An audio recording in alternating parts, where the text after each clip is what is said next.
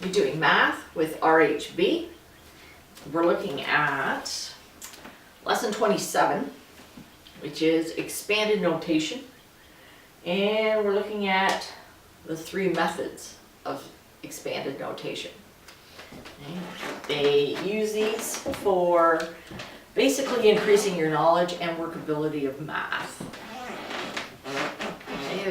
Get a bit of a flash from the overhead. Okay, three ways to show expanded numbers. Your standard form. So we have an example, 24,736. There's three expanded forms. The first one's your regular method. You just split the given number into separate numbers plus signs in between. So you're keeping their place value, so to speak. So our example is 358, and I'm going to move this up. So you have 358. So it's components, basically you're splitting it. 300 plus 50 plus 8. That's your regular method of expanded notation. Second method is called the place value method. That's a little more complex because you split the given number into separate bracketed values with plus signs between the brackets. So we take 9, which is in the thousand column, so we have 9 times 1,000 in a bracket. Right? According to BEDMAS, you have to solve brackets first. Right? It all still follows the same rules. They don't change the rules. Plus sign. The next thing, we have a 4 in the hundreds column, so we have 4 times 100. You have a 3 in the tens column, so it's 3 times 10. You have a 2 in the ones column, so it's 2 times 1. That's your place value method. Not really very difficult once you get the hang of it, and it slides along. The worst one comes with base 10, exponential, if I can get a hold of this, or the power method. So I'm going to shift this up. This one is the tough one because it has 3 different names. They call it the base 10, the exponential, or power method. You split the given number using brackets, with the second number being an exponent of 10. So, we talked about it being 10 is the base, the exponent. This is where knowing some of the workability of math really comes into play. So our example is 24,736. That's the example we started with right at the top. Alright, so we're looking at 2, in this case, is in the 10,000 column. So if you count how many places are after the 2, there are 1, 2, 3, 4. And that will give you the exponent here. So the easy thing is, then you go to the 4. So 4 times 10, the exponent will be 1, 2, 3. Hang on to this.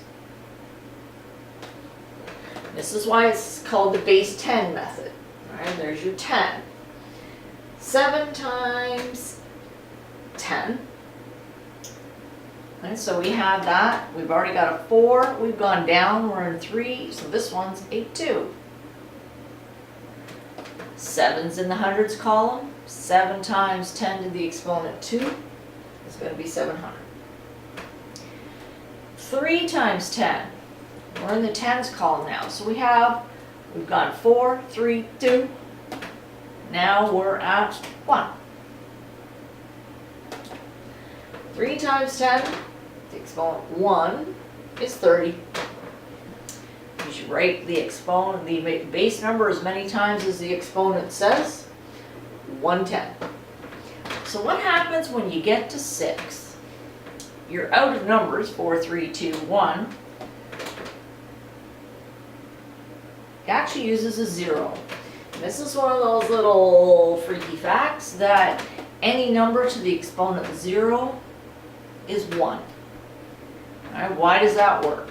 6 times 10 to the exponent 0, so technically that won't be, it'll be 6 times 1. So any number to the exponent 0 equals 1. Now, obviously we're using a 10 here. What happens if you have a 7 at the end? Oops, it's not very good. 7 at the end of the number. It's the same thing. You have 7 times 10 to the exponent 0. So that'll be like saying 7 times 1. This is the base 10 method, the power method sometimes. So whatever number you have, you count. So it's 2 times 10, there's your base of 10. 1, 2, 3, 4, that's how many your exponent's going to say. If you're in this column, which is your 1,000 column, that's 1, 2, 3 zeros, 3. If you're in the 7 column here, it's 700, so it's 10 to the exponent 2. 3, 10 to the exponent 1. Your ones column is 6 times 10 to the exponent 0. Any number to the exponent 0 is going to equal 1.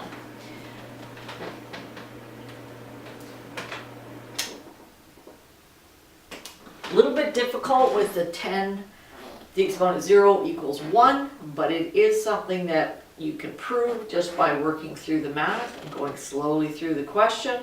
When you get to the end, you only have a 0 left. And that counts how many, so 10 to the exponent 0, how many zeros are after the number. In the ones column, if it's a whole number, there aren't any. And that's why the exponent is 0. Any number the exponent 0 is 1.